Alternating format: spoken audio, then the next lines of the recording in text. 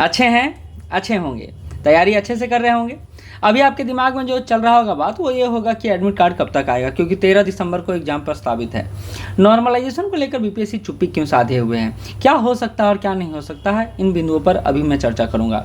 बहुत ज़रूरी और इम्पॉर्टेंट टॉपिक है, क्योंकि मार्केट में भ्रम की स्थिति है। 13 दिसंबर को अगर होगा तो कम से कम एडमिट कार्ड का प्रोसेस दिखना चाहिए था, होना चाहिए था, लेकिन क्यों नहीं हो रहा है। तो सवालों का जवाब हम लोग खोजने का प्रयास करेंगे एक लॉजिकल तरीके से, और ये भी समझेंगे कि बीपीएससी की कार्यशैली कैसी रही है अभी तक, और वो किस किस रूप में आपको मतलब शॉक ट्रीटमेंट देता है। तो ये सारी बात रहेंगी अभी, ठीक है। लेकिन मैं बता दूं कि लगातार मैं बिहार स्पेशल और करंट अफेयर का बैच चला रहा हूं, और मात्र 31 दिन का बैच है। जो बिहार स्पेशल का बैच आपको 1 घंटे बराबर में चला रहा हूं, उसमें पीडीएफ दे रहा हूं, टेस्ट दे रहा हूं, और आज भी बिहार स्पेशल का टेस्ट है। और करंट अफेयर का भी यही प्रोसीजर है, 1.5 घंटे से 1.25 घंटे का यह क्लास चल रहा है। डे बाई डे पीडीएफ जा रहा है, एमसीक्यू जा रहा है। तो अगर आप जुड़ते हैं और अभी आपका तैयारी नहीं है या फिर आपको कॉन्फिडेंस नहीं है, तो ये दोनों बैच लेकर आप इसको धार दे सकते हैं, क्योंकि आप अगर देखेंगे तो आपको 10 से 12 दिन में ये दोनों टॉपिक अच्छे से कंप्लीट हो जाएगा, अच्छे से कंप्लीट हो जाएगा, क्योंकि पीडीएफ साथ है, एमसीक्यू साथ है, और बिहार स्पेशल तो पूरा हैंड रिटन नोट्स ही हैं आपको। करंट अफेयर तो खैर बहुत बड़ा सेक्शन है, कुछ हैंड रिटन रहेगा, कुछ आपको वार्षिकांक से रहेगा, कुछ क्रॉनिकल से, कुछ प्रतियोगिता दर्पण, कई सारा कलेक्शन है जिसको मिला के मैंने यह तैयार किया है। ये दोनों बैच मात्र 399 में मिल रहा है आपको। और आपको क्या करना है, तो कुछ नहीं करना है, इस नंबर पर कॉल करना है या फिर कमेंट बॉक्स में जाना है। देखिए उसमें लिखा है बैच कैसे ज्वाइन करें, डायरेक्ट बैच ज्वाइन कर लीजिए, आपको बैच मिल जाएगा, ठीक है। तो चलिए आगे बढ़ते हैं। ये आप एक मेरे पास भी आया होगा, आपके पास भी आया होगा कि जल्दी जारी हो सकता है 17वीं परीक्षा का एडमिट कार्ड। क्यों जारी हो सकता है, क्योंकि मामला चला गया है अभी कोर्ट में, और बीपीएससी को लग रहा है कहीं मैटर या वैकेंसी फंस ना जाए। तो वो इन सारी अफवाहों को कम करने के लिए ऐसा इस पेपर का कहना है, और ये शायद दैनिक जागरण का हो सकता है, ऐसे तो मुझे मिला नहीं है, लेकिन आपको मिला होगा तो ठीक है।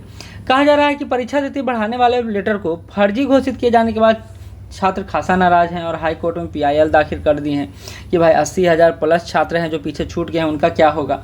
उनको लेकर आयोग कुछ भी नहीं बोल रहा है, एकदम शांत है। और इसी क्रम में बिहार लोक सेवा आयोग चाह रहा है कि नहीं, इस तरह की बातें ना हो, तो वो चाह रहा है कि जल्दी से एडमिट कार्ड जारी हो जाए और सारा जो टेंशन है वो वहीं के वहीं रह जाए। कहा जाता है एक प्रमुख कोचिंग संस्थान के निदेशक ने बताया कि आयोग अपनी मनमानी कर रहा है और इस भर्ती को फंसते हुए देखना चाहता है, इसलिए छात्रों को टाइम नहीं दिया जा रहा है, क्योंकि गलती उनका था, सर्वर उनका डाउन हुआ था और ओटीपी का प्रॉब्लम उनका था, तो उनको देखना चाहिए था। लेकिन बीपीएससी अपनी इस जिम्मेदारी से हट रहा है और वो चाहता है कि जल्दी से एडमिट कार्ड जारी कर दें। तो बोला जा रहा है कि 25 तारीख के आसपास आपका एडमिट कार्ड जारी हो जाएगा, लेकिन मुझे लगता है कि एडमिट कार्ड आपका 30 के आसपास जारी होने का उम्मीद है, क्योंकि अभी तक सुगबुगाहट कुछ नहीं बोल रहा है। जो भी आपको न्यूज़ मिल रहा है सब ऊपर मिल रहा है, कोई सूत्र कहीं कुछ काम नहीं कर रहा है। बीपीएससी चेयरपर्सन मौन है, सचिव मौन है, सारे मौन हैं। बस बीपीएससी में आप फोन कीजिएगा तो हाँ 13 तारीख को हो जाएगा, बस ऐसा ही कुछ सुनने को आपको मिलेगा। कहा जा रहा है कि आखिरी समय में सर्वर डाउन हुआ था आयोग का। आयोग छात्रों को बताया है नॉन सीरियस कैंडिडेट। अब नॉन सीरियस का परिभाषा क्या हो सकता है और कैसे नॉन सीरियस बताया गया, यह आयोग कई बार दावा कर चुका है, और मैं भी यह मानता हूँ कुछ छात्र एक्टिव हैं, बाकी सारे छात्र नॉन सीरियस हैं। क्यों? क्योंकि अभी 3 दिन पहले ही मैंने बोला था कि जिनका भी फॉर्म फिलअप नहीं हुआ वो साथ चलिए बीपीएससी ऑफिस। कोई साथ चलने को तैयार नहीं है, मतलब वो मजे में शायद लगता है भर रहे होंगे, कुछ का सीरियस कंसर्न है और उनके कारण ये मैटर हम लोग उठाते भी हैं, है ना। पहली बात तो हो गया ये कि एडमिट कार्ड कब तक जारी होगा।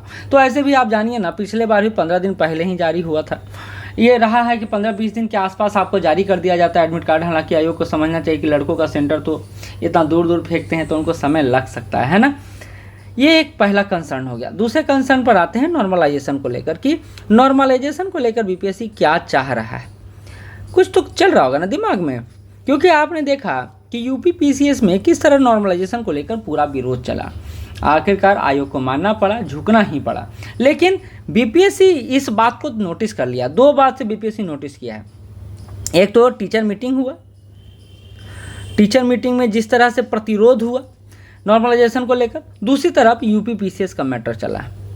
अब आयोग संकट में है कि अगर नॉर्मलाइजेशन लाता है तो भारी विरोध का सामना करना पड़ेगा। और अगर क्योंकि अभी तक नोटिस नहीं आया है आयोग की तरफ से, क्लियरिटी नहीं आया आयोग की तरफ से, क्या करना चाह रहे हैं क्या नहीं करना चाह रहे हैं उन्हीं को पता होगा, है ना। तो उनको पता ही नहीं चल रहा है क्या करें क्या ना करें। तो ऐसी स्थिति में अब सिनेरियो ये बन रहा है कि आयोग एकदम मौन है, शांत है, कुछ नहीं बोल रहा है। अब हो सकता है लास्ट टाइम में कुछ ऐसा नोटिस आया और उनको पता है एडमिट कार्ड जारी हो जाएगा, तो छात्र जो है एग्जाम में बिजी हो जाएंगे और उसके बाद उनको नॉर्मलाइजेशन को लेकर जो करना होगा करेंगे, तो कोई ज़्यादा विरोध नहीं होगा। लेकिन ये भूल रहे हैं शायद कि छात्रों के बीच असंतोष जब होता है तो ये भारी स्तर पर होता है, और ऐसे में आयोग जो मन बनाकर शायद चल रहे होंगे कि नहीं हम लास्ट टाइम में ऐसा कुछ कर देंगे तो कोई कुछ नहीं बोलेगा, तो बिहार में ऐसा संभव नहीं है। आपको लगता है क्या?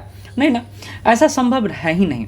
आपको अगर ये कंसर्न है तो आपने बोला था कि हम 15 नवंबर को छात्रों से एक मीटिंग करेंगे, उनके गार्जियन से मीटिंग करेंगे, टीचर से फिर से मीटिंग करेंगे, यानी तीनों को सामूहिक रूप से बुलाया जाएगा, एक हॉल बुक किया जाएगा। तो क्या हुआ इसका? कोई माँ बाप नहीं है, कोई देखने वाला नहीं है। सवाल तो कई सारे उठ रहे हैं, आयोग की कार्य पद्धति पर भी सवाल उठ रहा है, क्यों ना उठे। आखिर एक टीचर जो बहुत खैर बिहार की या आप कह सकते हैं पूरे भारत में उनका नाम है, उनसे पर्सनली मीटिंग करते हैं। अब ये पर्सनल मीटिंग जो होता है ना, वो एक आयोग के स्तर पर शोभा नहीं देता है। क्यों? क्योंकि आयोग एक स्वायत्त संस्था है और आपको पता है वो टीचर कई सारे छात्रों से जुड़ा हुआ है, कई हजार छात्रों का उनके साथ कनेक्शन है।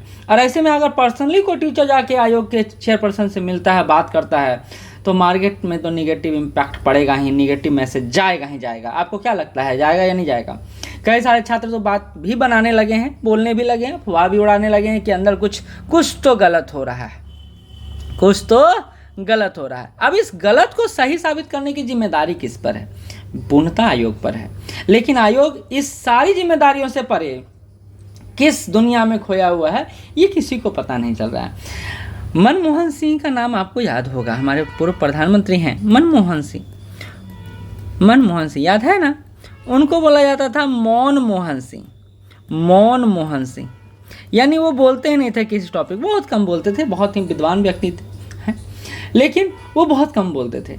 अब इस मनमोहन को मनु भाई परमार सर से मिला दिया जाए, भाई लगा दिया मैंने, सॉरी, मनु सर से मिला दिया जाए तो आपको क्या दिखता है? ये भी पूरा मौन है, ये भी पूरा मौन। तो यहाँ तो कुछ ना कुछ क्लियरेंस देना चाहिए आयोग को। कम से कम छात्रों की जो चिंताएं हैं उसको लेकर बात करना चाहिए आयोग को।